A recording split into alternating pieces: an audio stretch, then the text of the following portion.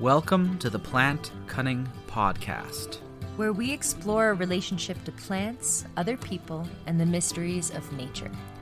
Coming to you from the high Allegheny Plateau in central New York. We are your hosts, A.C. Stauble and Isaac Hill. Episode 73, The Herbal Entrepreneur with Yolanda Joy.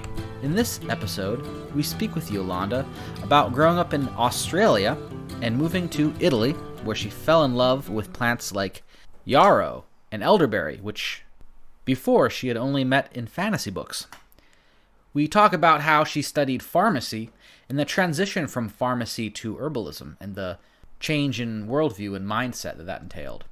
We also talk about her successful herbal conference, the Herbal Entrepreneur Conference, and how she wanted to be an herbal business owner but didn't have that many resources, so she put together the resources, got together the people, and started her own conference. AC is one of the speakers at this conference, and it's coming right up, so I will hand it to her. Great. Thanks, Isaac. So yeah, the Herbal Entrepreneur Conference is coming up next week. It's starting March 21st, and it goes for about a week till March 27th, and it's all online. It's free to attend, with an option to purchase all of the recordings to be able to watch at your leisure. Yolanda is hosting over 30 amazing speakers like Rosemary Gladstar, Saja Popham, Sarah Corbett, who we've had on the show, Karen Rose, Maria Noel Groves, just so many all-star herbalists. Sometimes at these conferences I get overwhelmed by just how many amazing events there are, and I want to attend them all. But Yolanda has made it easier for me to decide what kind of classes I want to focus on during the live sessions, at least. And she has these different pathways. So there's a grower pathway if you want to learn from some amazing farmers. There's the maker pathway, which is the one that I'm speaking to about certified kitchens. And there's a seller pathway and a healer pathway and a teacher pathway. So I think that's a really cool way of breaking up the different, hats that we herbal entrepreneurs wear. And what's cool is, sometimes we have to wear all of them. So if you get the recordings, then you can, really go through and dive deep into some of these lessons from these teachers who have been there and done it, and they will help you level up your herbal business. So I'm excited about this event. Again, it's coming up March 21st, 2022 to the 27th. And if you use our affiliate link that we'll post in the description of this podcast, then Isaac and I will get credit for the referral. And if anyone purchases a pass, we'll get a percentage of that sale. So this is a great way to, again, help out the podcast. But it's also a great way for us to be able to get the word out about these online herbal events that we are super proud to be sharing with y'all. So thank you for listening. Thank you so much for sharing this podcast with your friends. Thank you for hitting subscribe and like, and for all of the things that you do. And without further ado, enjoy the episode. Today in the Plant Cutting Podcast, we are thrilled to have Yolanda Joy joining us. How are you today, Yolanda? I'm great. Thank you so much for having me on today. Totally. So you're calling in from Italy today, right? I am just, I live just outside of Florence in Tuscany. And I'm calling in from Italy. I'm originally from Australia, though. Okay, wonderful. I was wondering about that accent. It doesn't sound Italian to me. Yeah. Yeah, I do get a lot of questions about it because it doesn't really sound totally Australian anymore, because I've lived all over the place, all over the world, and I've basically learned how to talk clearly to people who don't speak English as their first language. And that's definitely changed my accent over the years. Yeah. Cool. That's really interesting. Florence is such a beautiful place. I was able to go there for a brief stint in college, and it's just the most, I think Italy is one of the most amazing, beautiful places on earth. Yeah, well, it is a beautiful, beautiful country. It's interesting because I was almost a little bit hesitant to come here the first times because the reason I'm here is because I married an Italian man. And so the first couple of times coming here, I was like, I don't know, like whether I could actually live here, even though it was so beautiful. I was kind of had all these barriers up. But I did end up moving here and have lived here for I around 8 years now, and yeah, definitely love it now, and loving it more and more. Excellent. So we have a traditional first question on the podcast, and it is, how did you come to the plant path? Yeah, well, I think that's a good first question for this podcast. Yeah. For me, I would say it's been probably more coming back to the plant path.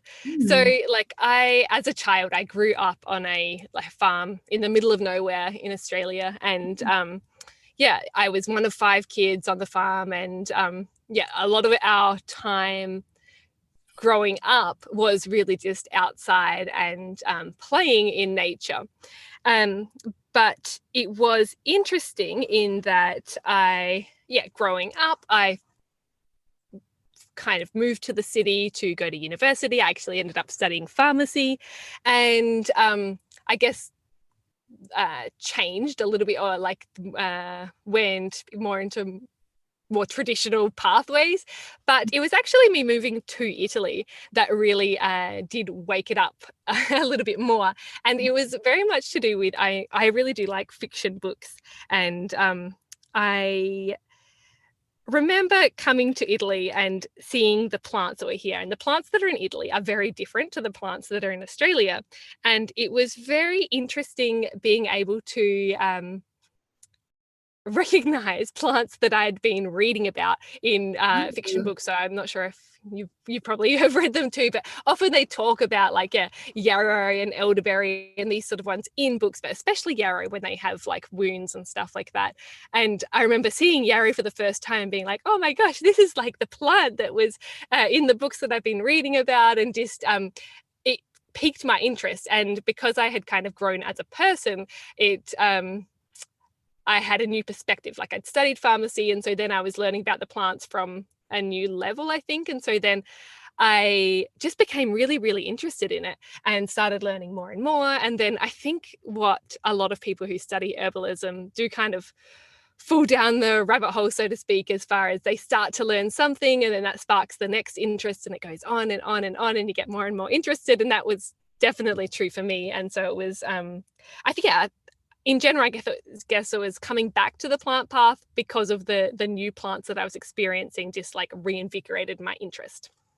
Yeah. Yeah, that makes sense. What was the books? What kind of fiction books do you read, or do you remember the book that he put Yarrow first in, or? Oh gosh, I don't even know exactly, but several, because it's I am like definitely enjoy fantasy books and all sorts of different fantasy books. But it's funny because I can't even think of it now. But it's not just one; it's several that there has been. There was a couple that was set in like Scotland that I read that so it was not even Italy, obviously, but I think it's more the European, so those plants in this area that were in the books. I'm trying to think, but I don't actually, the names are not coming to me. Oh, no worries. I've read a lot of fantasy in my day, and they all kind of seem to blur after a while. Yeah, that's true. Yeah, that's definitely my experience. But it's not just one. Like I definitely heard about yarrow being used in several different books. Yeah. So you mentioned that you had formal training and you worked in the pharmacy industry. And I'm wondering if, as you've been studying herbalism, if you found any like overlap between pharmacy. Yeah, absolutely. Yeah, definitely. My study in pharmacy has really helped with my understanding of herbs. But like, first of all, because of the understanding of the body is quite similar when you're looking at herbs from like the physiological point of view. Yeah. So that like the first, like I think especially the first part of my pharmacy degree was more related on the body and that, and then you get more into the drugs and how that works. And so that's like definitely applicable. But then to a certain extent, we did learn about herbs a little bit in pharmacy as well, but sometimes from the opposite kind of direction, as far as like we often had to have case studies, and then you would get a patient, a theoretical patient that had like 12 medications, and there were all of these drug interactions and things that were going on, and then they would have some sort of symptom that we needed to work out, and then we would have to make a recommendation. And like one of the most common things that was like, it seemed to always be in the exam was like a SSRI with like the antidepressant drug with St. John's wort was like always in the exam, and it was like the big bad guy was St. John's wort. And at that point when I was studying pharmacy, I didn't actually really know what St. John's wort was. In fact, I'm not even sure if it grows in Australia. An Australian maybe should correct me, because I haven't been back to kind of check, but it definitely grows in Europe, and it's one of the plants that I really enjoy working with now, just in that it change its color, and it's I definitely feel connected to St. John's wort now. But it was just interesting as far as we learned about that herb as like the bad guy in pharmacy, because it changes the way the drugs are metabolized in the liver, and so it just kind of messes up the dosing essentially, and it's problematic for pharmacists. And so that was like an example of kind of the change in perspective as well. And I think but basically, yes, there is a lot of overlap, and also just understanding how to research and find good data and all of that sort of stuff. I learned that well in university, and that definitely helps as well in the pharmacy field, in the herbalism field, sorry. You can also probably interface with like healthcare workers better too, because you can speak the language and so on. Yep. Yeah, definitely. So has there been a change in perspective or perception in regards to herbalism? I mean, obviously, like you consider yourself more of an herbalist now, but like, how was that change from like pharmacy to herbalism? Well, for me, it started while I was studying. I didn't actually really enjoy studying pharmacy towards the end of my degree, and that was primarily because it really, really frustrated me, the linearity of the way decisions are made. And like, I understand why it's like that. Like, so just as an example, in Australia, they use the therapeutic guidelines. So it's like a set of books that, and doctors and pharmacists use the same books, but it's like a set of books that basically outline the rules for how decisions are made in the medical profession. So if like a patient has these symptoms and these symptoms, like the first recommendation is this drug. If this drug doesn't work, then you go on to this one. And it's like literally a list that you kind of work down. And they have that so that like if there are problems, the doctors can say like, I made that decision because it says in the therapeutic guidelines to do like that. And it kind of makes sense, but it just completely disregards like the individual person and what you talk about in herbalism, and the constitution of the person, and really considering each individual. Like it just doesn't have that in the guidelines. Like it's there's one line, there's not multiple lines depending on the different factors. Right. Everybody's the same, and they like, I mean, of course they have different doses and things like that, and like there's like if they're a specific symptom or condition or drug at the same time, then they might bypass one option and things like that. Right. But in general, it's very linear. And as I was studying it, I really, really felt like they were training me to be a robot. Like it was just I had to learn the rules that were in the book and then put that into my exams, because they were what we needed to practice with going down the line. And basically I really didn't enjoy it. And I finished the degree, but at the end of it, I was kind of like not so unhappy that I had a reason to not continue my career as a pharmacist, because I had a kind of easy way out, or an experiment, I don't know what we'll call it, but that would be my Italian boyfriend, who is now my husband. We decided to, at the end of my degree, we actually moved to China for a couple of months, and after that we moved to Italy. But it was just to see how it went and what it was like traveling around the world. And it was a way for me just to, I guess, buy myself some time to figure out if pharmacy was exactly what I wanted to be doing. And yeah, I'm glad I bought that time, because it definitely allowed me some time to figure it out a little bit more. And yeah, I did follow a different path. Yeah. Yeah, it sounds pretty mechanistic. Like all the people are like interchangeable to a certain degree, and that, you know, you just check boxes and stuff.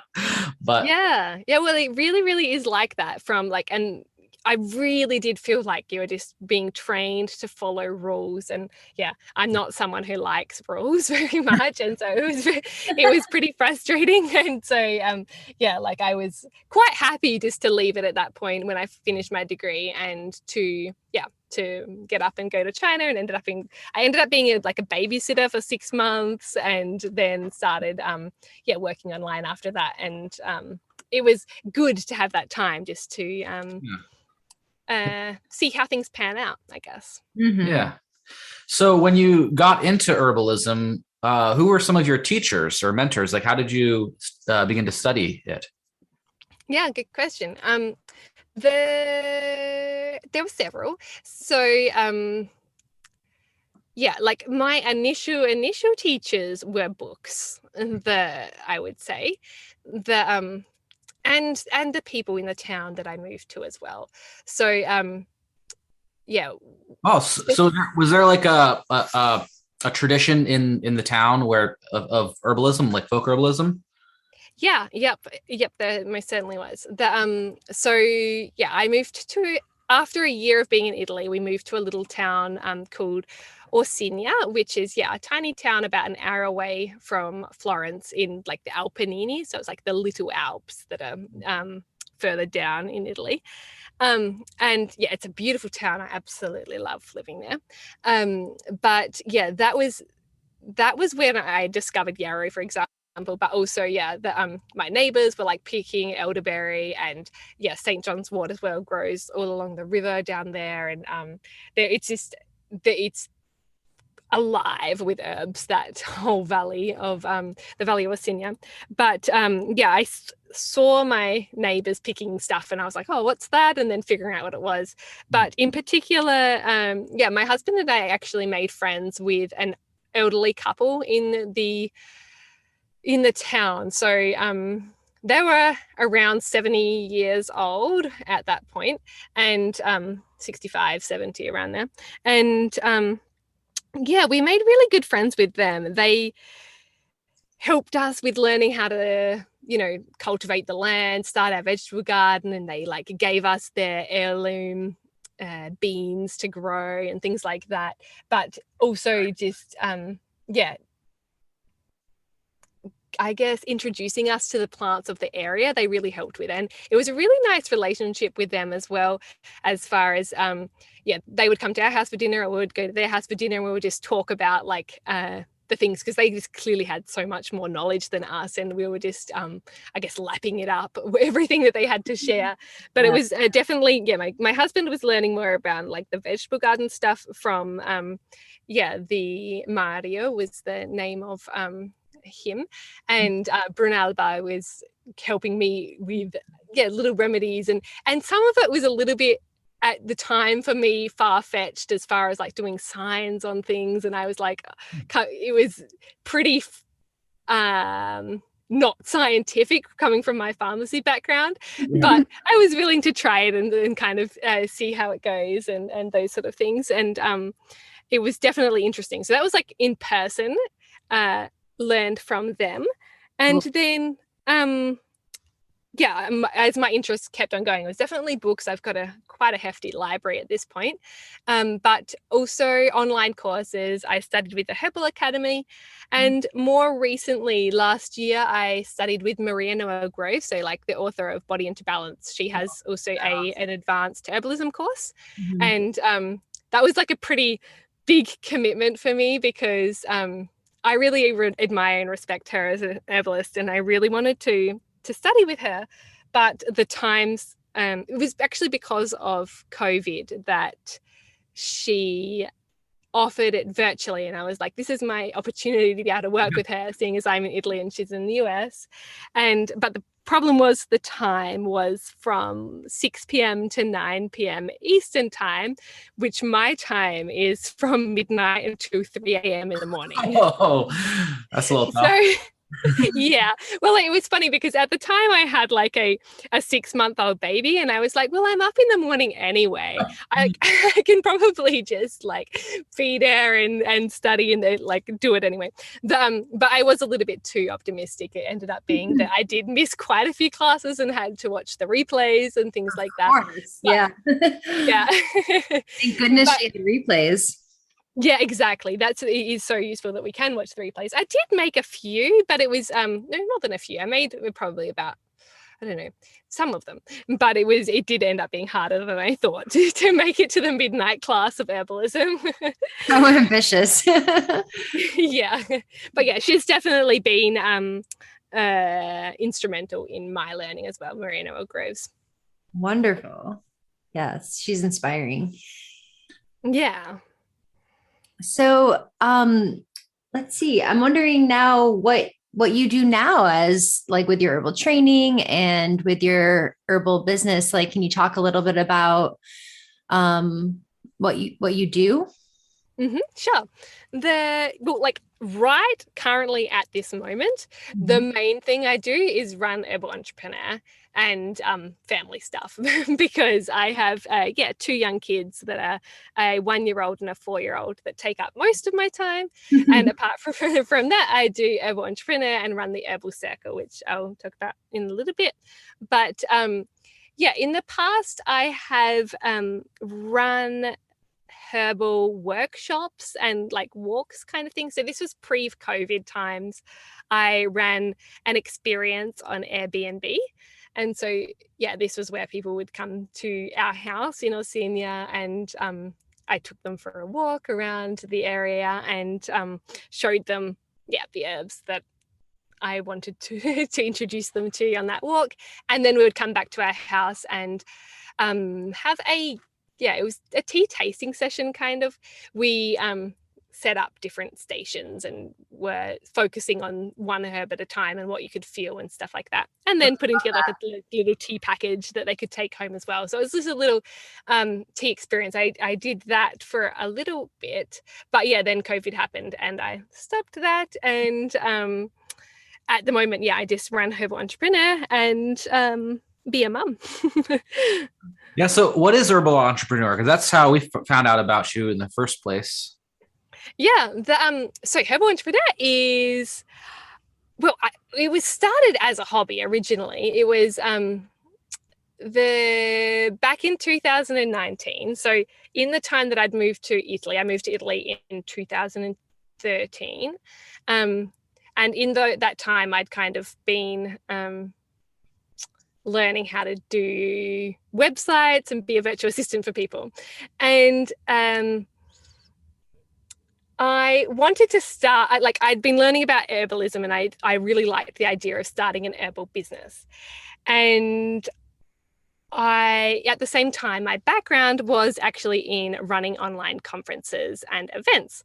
And so I thought I would combine my interest in wanting to start an herbal business with what I knew how to do, and that was making online events. And so I created Herbal Entrepreneur Conference, and the first one was back in 2019. And it was really just an opportunity for me to ask people that I admire questions about their journey as an herbalist so that I could learn from them and ultimately create something that, I would like to do as well. And so that was really how Herbal Entrepreneur was born, and it has evolved since then. But the first conference I interviewed, I think there was around 15 herbalists for the first conference. But I interviewed the people that I admired and respected. Maria Noel Groves was one of them, but there were also many others that I did interview for that one and successive conferences as well.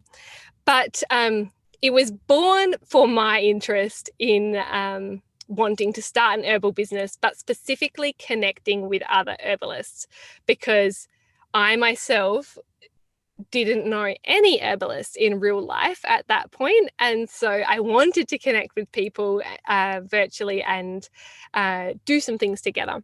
And so that's kind of how it started. But since then, it has grown quite a bit. So we've now got a pretty big and thriving community of herbalists who are interested in running some kind of business based on their passion for herbs. So there are all different types of people that are part of the Herbal Entrepreneur audience. So there are people who are growing herbs or foraging, or like farmers, that sort of thing, or people who are making products and or have a shop and sell herbal products, or also people who work with herbs on a clinical basis and teaching workshops or classes or plant walks and that sort of stuff as well. So there's like all sorts of different people now. And I feel like Herbal Entrepreneur is really like the hub that brings those people together so that we can share ideas and help each other, especially because often like partnerships between different herbalists who do slightly different things really do work well, kind of like what we're doing now and all different things like that. But that's what now Herbal Entrepreneur is really that. It's a community of herbalists who are interested in growing a business based on what they do with plants, and it's a place for them to connect. Yeah, that is so valuable because so many herbalists are good at what they do as far as their herbal practice, whether it's growing, wildcrafting, teaching, or clinical aspects or making products. Yeah. But when it comes to running a business, that's not something we learn in herb school. That wasn't covered in a lot of our education.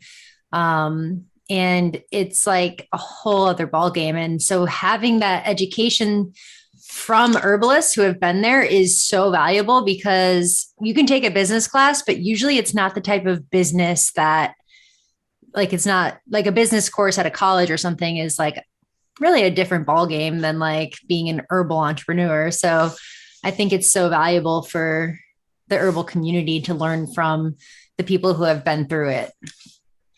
Yeah, I really think so too. You said that perfectly. And because it doesn't come naturally to, I would say, most herbalists, as far as just getting comfortable with letting people know about what you do and talking about it, and even worse, asking people to pay for what you do. Like all of this stuff really does make us so uncomfortable, because ultimately we just want to help people. We want to get our work out there. We want to be able to, just be herbalists and not really focus on the business. But the business side of things has to happen if we want to be able to spend all of our time actually being herbalists. Otherwise we can't really do it as a proper job. And so it's it's those pieces all have to come together, and learning from people who have actually done it and have experience in the field is so much easier. And especially for a field like herbalism, where there are really specific rules around the language that you're allowed to use and the language that you can't use, and how things should be prepared, what sort of processes you need to have in place, what sort of records you need to have. There's very specific rules that we need to kind of abide by. And as much as I don't like rules, like I said at the beginning, we kind of know them so that we can play within the rules, but still do what we're called to do as much as possible. Yeah, not get thrown in jail. Exactly. At the bare minimum. At the bare minimum. Yeah, for sure. So as somebody who, has experience with running online events even before Herbal Entrepreneur Conference, so prefacing that with so many people are moving to online events because of COVID. Yeah. So how do you run a successful online event? What are some of the key components for folks that are considering doing that? Yeah. Well, this is definitely something that I learned how to do well before COVID, and it just happened to be something that was, did really thrive in the last couple of years. And I do have a lot of experience running online events because, before I started Herbal Entrepreneur, I actually helped with putting together a course on running virtual summits and helped with the creation, and also used to like coach people on this as well. But basically the question was how to get people to the events or how to run them. What was the question? What are like the main key elements for having a successful online event? Okay. So the one key element is like having topic speakers, like putting together something that is useful for people and people want. Like, so it's basically the speakers. They make or break it. If you have great speakers that people love to hear from and they share genuinely useful stuff, then people are going to want to attend the event, and then it honestly just takes a life of its own. Like now the promotion of the Airborne Entrepreneur Conference for me is honestly really quite easy because other people promote it for me, as far as like I put it out there and then like other people share it, especially if they've attended past years and they tag their friends because they liked it the year before, and they like that sort of thing. So it's really around getting the speakers and creating a quality event. Like that's the most important thing. And really just producing something that people want to learn from. That's the secret sauce. It's not so secret. It just has to be like a really good event. That's but there's definitely things that can help on top of that as well. I think being like user friendly and really easy to for people to access is really important, and like just being clear about it and that sort of thing. And organization is very important. The being able to pull everything together, and because there are a lot of pieces that go into running a conference, and now I have help putting it together, but in the early years it was like just me doing everything for the whole conference. And it's a lot of pieces. So if you are thinking about doing an online event, be prepared for the lots of pieces that do come together. And but it is such a great way to grow an engaged community and connect with people, like because there's like an event and a live event that's at a specific time, like everyone actually comes and they turn up, and there's this like there's true energy coming together. Even if it's virtual, like people still come away feeling inspired and energized like they would at an in-person event, which is pretty cool, I think. Yeah, absolutely. That is the goal. And do you have any like technical tools that you use to stay organized that you would recommend? Yeah, well, the number one thing that I use that's like simple and free and that is actually just Airtable. So it's basically just like the flexible spreadsheet, but I use it like honestly for everything. But specifically I use it for like outreach and ideas of, so throughout the year when I come up, like I notice people who might be good to speak at the event. I like put them as a little line in my Airtable, and then I categorize them according to how interested I am in them into speaking. And then when it gets to actually outreach, I have columns for at what point in the process I am, like whether we're in contact or whether reaching out or confirmed a date and that sort of thing. And it really just helps to organize the stages, but with lots of different data pieces in there as well. Like, so for example, I try to make sure that we have speakers that are covering all of the different pathways, and we have speakers from different countries. We have speakers from both different genders, and we have speakers from different backgrounds and things like that as well. So I have columns specifically around like that, so I can see the spread and realize if I have holes in the speaker like in different areas, and I can fill that before it kind of gets to event time. Love that. The Capricorn in me, my heart is singing. Yes. About your cards. It's a wonderful tool. Like Airtable, I completely love. But yeah, other tech things as well. I use WordPress. I use I do it all pretty much myself as far as it's on WordPress. I don't use event tools, but You mean like Hey Summit or something like that? yeah, I don't use those ones. But I've heard of them, but I just use my setup that I know. Yeah. So you're saying you like record the videos on Zoom or something and then upload them to your WordPress website? Yeah, or I upload them. Yeah, I upload them to Vimeo to protect them. Yeah, Okay, but cool. yeah, actually during the live conference, we have them available during for on YouTube as well, so Cool. that people can engage in the chat and connect and stuff like that as well. There's this extra layer of community when it's premiered to YouTube. Yeah, that can be kind of the problem with online conferences is that you don't have as much face-to-face time, or that the live part is dispensed with to a large degree. But I mean, there are also so many benefits because you can get people from all over the world, and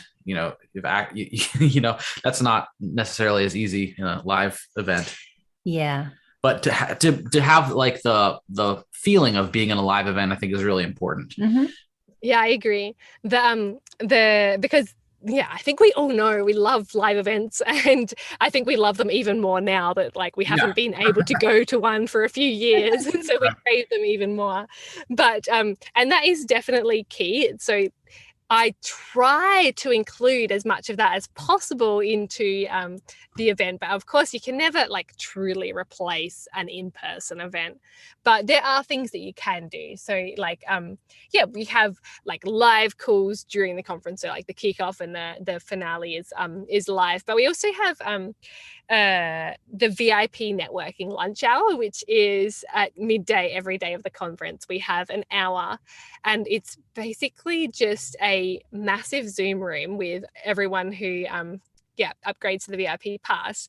And we have a conversation topic, and we split out into little breakout rooms, which it's almost like forced networking, but to a certain extent, that is almost kind of it's like a forced networking thing in an in-person conference, but like it's better than a lunchroom in that you're forced to talk to someone and actually introduce yourself because you're there for that reason, and so it's kind of okay to be networking. But we have this hour in the middle of the day of the conference where we break out into rooms and just have conversations based on whatever topic has been set for that, and it's a nice way to connect with people and kind of make it feel a little bit more live and real on a virtual basis as well, obviously. Cool. So the next conference is coming up right away. I think we're going to put this out the week before. So could you tell us a little bit about this upcoming conference and what you're excited about? Oh yeah, well obviously I'm most excited about the speakers. That's the best part. Every year I'm just like, oh wow, I just cannot believe the speakers that we got. And you this year. That's cool. Yeah, well this year we've one and only AC is speaking at the conference. She's going to be sharing party talking about certified kitchen requirements and her experience making products in NY State, which is really exciting. But we've got incredible speakers this year. I'm really, really excited about it. We've got Marinoa Groves, Margie Flint, Karen Rose. We have Ben Levine, Saja Popham. We've got, let me think here. That's great. I should have a list in front of me, but I don't. Lots and lots of people. We have Rosemary Gladstar, you said? Or oh yeah, exactly. Yeah, Rosemary Gladstar. We've got Anne Ambrecht, and we have Erin Lefebvre. We have Aisha, who is she is actually the person. So Mary Blue Herbalist, who has been doing the really cool reels recently. Yeah. She has been kind of behind doing them as well, and so she's talking about Instagram reels.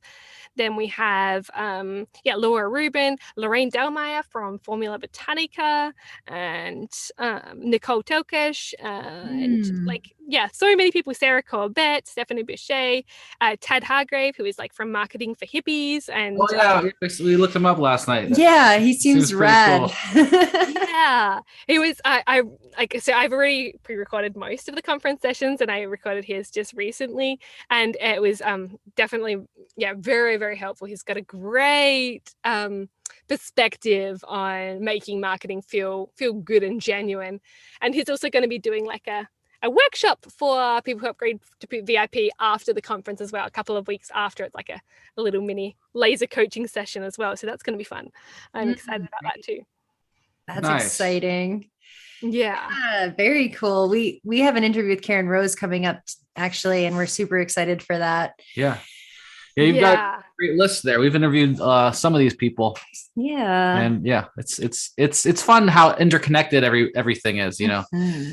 Absolutely. It is. And because that's what it is all about. Like, it's about sharing ideas and then stuff growing from there. Like, because it is just one little step, and then someone else adds another idea, and then it becomes a new idea. And through doing this, like, we all create better things. And so it's like, the podcast episodes like this, it's it comes together to create something better.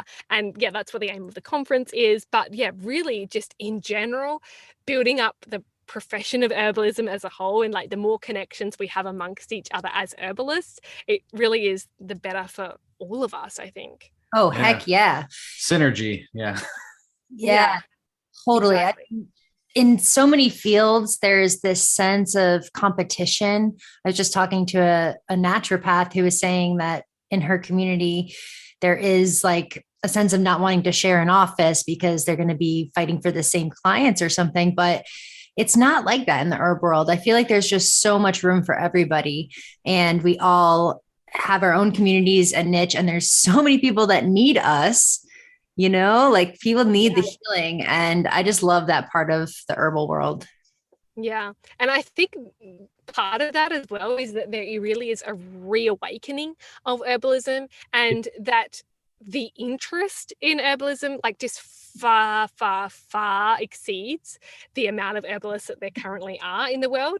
And so like there is just like more than enough to go around. Like, we need to be sharing as much as possible, because if there's this like continuing renewed interest, and people are wanting to get back to this and wanting to learn more. Like, they're so keen to delve further into it.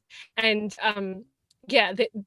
it's not a finite supply. Like, the more that we help each other, like, and everyone does have their own little niche as well. Like, it's within herbalism, there's just so much that you can do. And like, I just really, really don't think that there should be competition. Like, it's just so much helping each other and growing herbalism as a whole is what we're all about. Yeah, totally.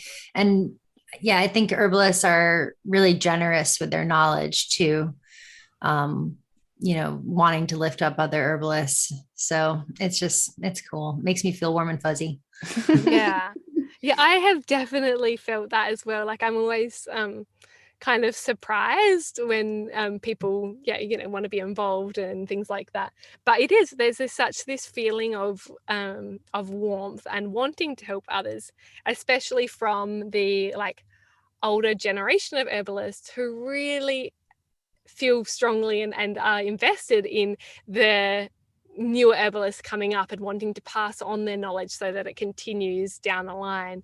And there is that feeling of sharing and continuity, which is beautiful to see. I'm excited that you have Jeff and Elise Higley from Oshala Herb Farm back this year, because I think that was my favorite session from last year. Oh, wonderful. Exactly. Elise and Jeff are great. They are they've shared some wonderful stuff around the growing, and they had a great session last year, and this year once again they're back. I didn't mention them before, but they are always one of my favorites as well. This is actually, I think, the third year running that they are speaking, because they're also one of my favorites. Oh, awesome. Yeah. They're just like so down to earth. Like, you can tell that they work with the earth and the plants every day. Exactly. That's right. Yeah. Yeah. Well, like Elise is actually a member of the Herbal Circle, which is the membership of Herbal Entrepreneur as well. And it's true, like we have monthly calls and meetups and stuff like that. And it's always such a pleasure when she joins us and just shares what she's working on, because it truly is working with the earth, but also running a successful business on top of it. Yeah. Aligned with their values. Like it's not one or the other. It's not business, it's not herbs, it's truly an aligned herbal business with their values, which is just like the goal for all of us, I think. Exactly. So impressive. Yeah. What is the Herbal Circle exactly? And who is it? Who's it for? Yeah. So the Herbal Circle, I launched that after the first Herbal Entrepreneur Conference. And so this was really, in my mind, was to continue the community at a deeper level. And I definitely really did launch it for myself, as far as I wanted to continue having connection points with people. And I did try a couple of different ways as far as having free meetups and stuff like that. But I ended up finding that having the membership was the perfect way to have people who are truly committed to their business and making it work to show up and share ideas on that like higher level basis. And so the way the Herbal Circle works is we have a private members group to discuss anything that we want to, and then we also have prompts throughout the month with what we're working on, and it's specifically around like celebrating small little wins that we have and what we're working on next, so that we kind of have that accountability and can look back at what we've done and realize that we've done something, but also make an intentional path. And then we also have, and this is like kind of the core part of the Herbal Circle, is we have meetings on Zoom. So we have 2 what we call like the tea room discussion calls per month. And so that's just an hour of time where everyone who wants to from the Herbal Circle joins us for this time with a cup of tea or whatever they would like. And we take turns doing like an update on what we've been working on and bring some sort of question to the group. So it's kind of like a mini mastermind where we just help each other and offer ideas and that sort of thing. But it's been really helpful for me, but definitely the members as well. So some of our members have been a member for since the beginning in 2019, so a few years now. And it's been so wonderful to watch the growth over that time as well. Like just some members, for example, who started out just selling products at market events, and then in this time we're able to like build a website, start social media presence, and like start making sales through their website in this time. And it was also while COVID was happening, so they completely pivoted from those in-person events, but like watching that whole progress. And so in the beginning being unsure what would happen and like talking about that on Zoom, and then the progress each month as it goes forward. And I really personally like the Herbal Circle because I feel like I'm virtual friends with the people who are members, and I get to see what they're working on, and we support each other. So that's what I like most about it, I think. That sounds really, really cool. And you mentioned that when people are financially like putting in something to something, they will commit to it in a different way. And I definitely wanted to say that I think that's really true. Like I find that with myself, like sometimes the free classes, I'll start attending and then kind of drop off. But when you're like committing to something, that financial input is like actually an important part, and you're doing a lot of work for it too. So like you need to be compensated for it. And I think that's like a really smart and like healthy balance. Yeah. Well, it really does make a difference. Like you initially think it's just people say that, but it really truly does make a difference.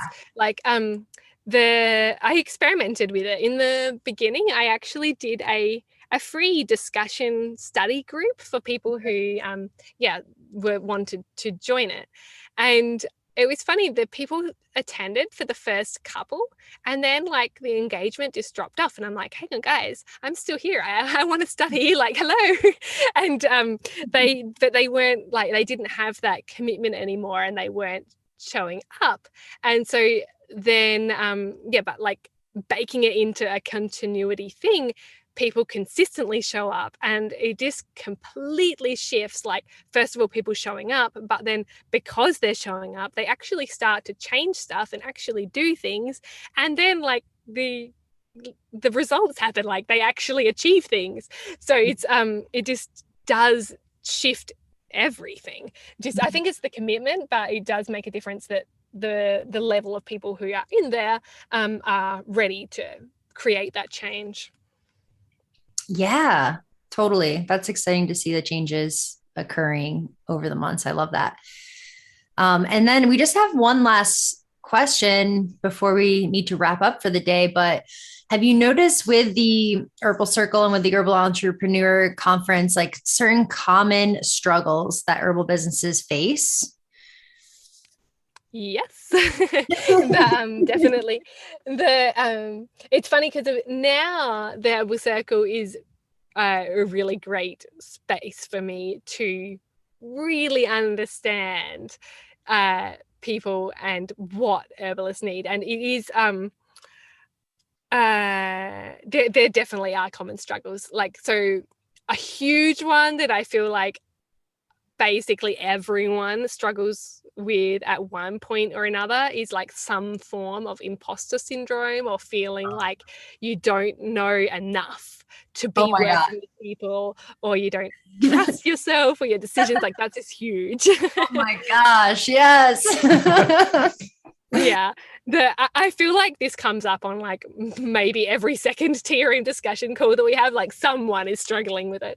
But it's just like a huge thing. But yeah, there's also other secondary things that kind of come out from that as well. Like, so pricing is another thing that people really struggle with doing, and like marketing.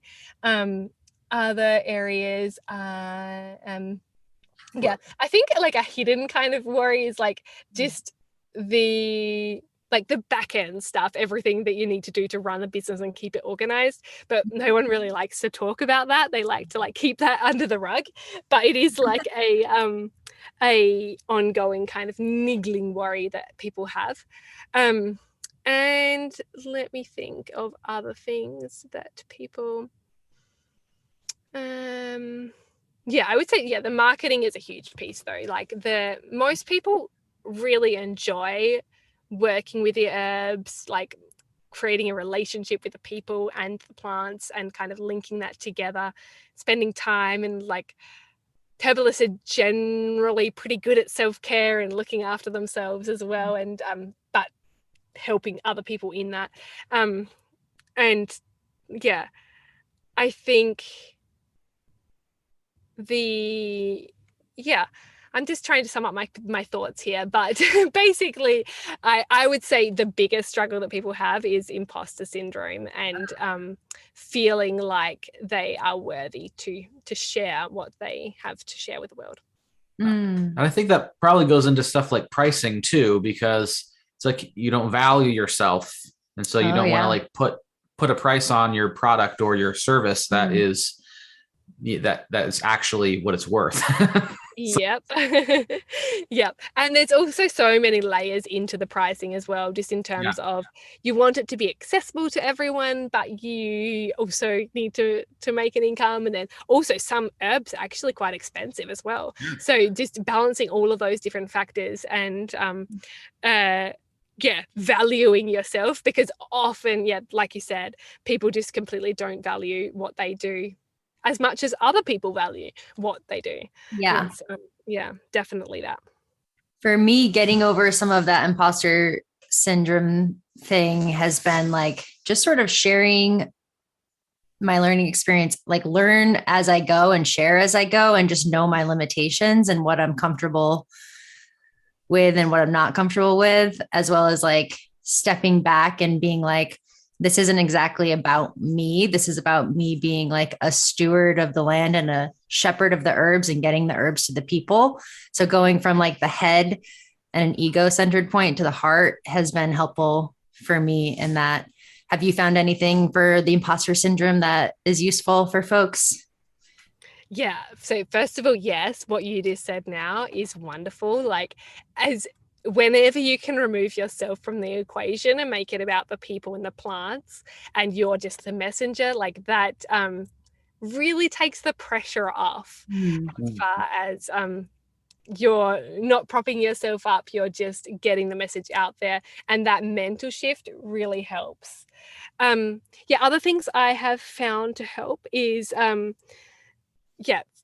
firstly just doing it. Like often people build it up and it becomes this like castle or this huge big wall in their mind, but it's actually not that bad. And so what we sometimes do when we're like discussing this with people is we talk about like something small that they could do to like kind of get the wheel moving, or something that they could start with doing, and just breaking it down, because often people have this like huge project that they want to do, or this huge they want to be working with clients, they want to be doing something, and breaking it down into a smaller step that is more achievable, that they can do in like a smaller time, that gives them the confidence that then they can move on to the next thing that's like a little bit bigger, and it just gets those cogs turning to increase the confidence, but specifically the confidence in themselves, so that you can do it, I think. So one step at a time, and really just celebrating those little things that happen as they happen, and definitely removing yourself from it as much as possible, making it about the people and the plants. That's at the core of it. That's great advice. Cool. Yeah, so this has been really great, Yolanda. Do you have any parting words of wisdom for our listeners?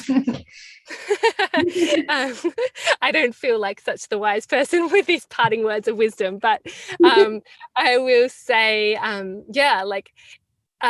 think, but because the people who are listening to this podcast are probably, plant people and interested in doing things with plants, and I would like to offer a word of encouragement, maybe just to get out there and see what you can do in sharing about your love of herbs with the world and the community around you. So this could be anything, like it might be doing some sort of class, a free plant walk. It could be making products for your friends and family, or even just like offering recommendations for people when they ask you about herbalism, or mentioning that you work with herbs when you are having conversations with people. So just like bringing it into your daily life. And if you have been entertaining the idea of making it into something more, and maybe working as an herbalist, making it into a business, definitely do check out Herbal Entrepreneur, because of there is a lot of content and stuff like that to help you on your journey. So the Herbal Entrepreneur Conference is coming up. That's coming up. It starts March 20 this year. It happens every year in March, and this year it starts on March 20. So if you're listening, I would highly recommend checking that out. Even if you don't want to start a business, there are quite a few cool sessions that would be relevant anyway, and you can pick and choose and attend the ones that you want to. So I guess that's my parting words. and it's free for a limited time, to actually do it. It is. That's amazing. Yeah, so it's completely free to sign up. There's an upgrade option if you want to attend the VIP lunch hour sessions that I mentioned earlier, and lifetime access to the sessions. But like the actual conference is completely free. So all of the sessions, there's 48 hours to watch each one, which is like honestly more than enough if you choose the ones. And people in previous years have had enough time to watch them for free. So just if you can attend on March 20, you can listen in. It's completely free, and enjoy connecting with other people. We also have a community group and an app this year to connect with people, as well as an extra kind of element for the conference, which I'm pretty excited about. That's our like little experiment for this year. Really fun. Well, everybody go check out herbalentrepreneur.com to see Yolanda's work. And thank you so much, Yolanda Joy, for being with us today. I really enjoyed this chat, and I really love your bright and sunny energy. Thank you so much. It's been absolutely wonderful chatting with you guys. I listened to a couple of podcast episodes before recording this one as well, and it's honestly is such a joy working with you guys, and it's always fun listening to other conversations as well. So I enjoy the conversations that you've had with others, and so hopefully other people have enjoyed this conversation. And I'm so glad that I could be part of the Plant Cutting podcast. Yeah. Yeah, thank you. And enjoy the rest of your day. Ciao. Thank you so much.